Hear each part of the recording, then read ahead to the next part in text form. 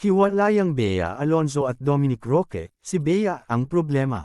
Mga past failed relationship ni Bea dahil ito sa kanya.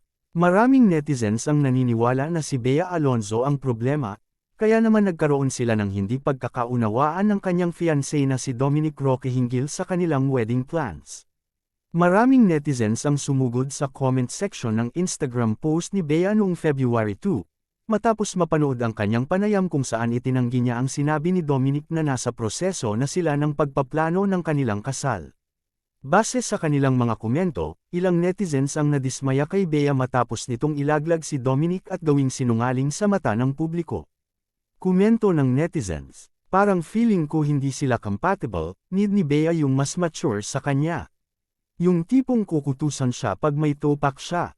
I'm a Bea fan, like super. Pero parang bata pa si Dom for her.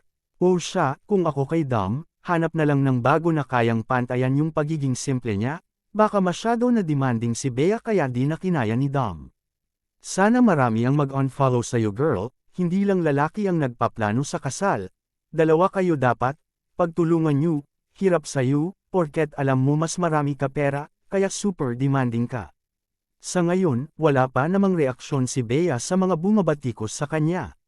Kapansin-pansin din na hanggang ngayon ay naka-off ang comment section ng Instagram account ni Dominic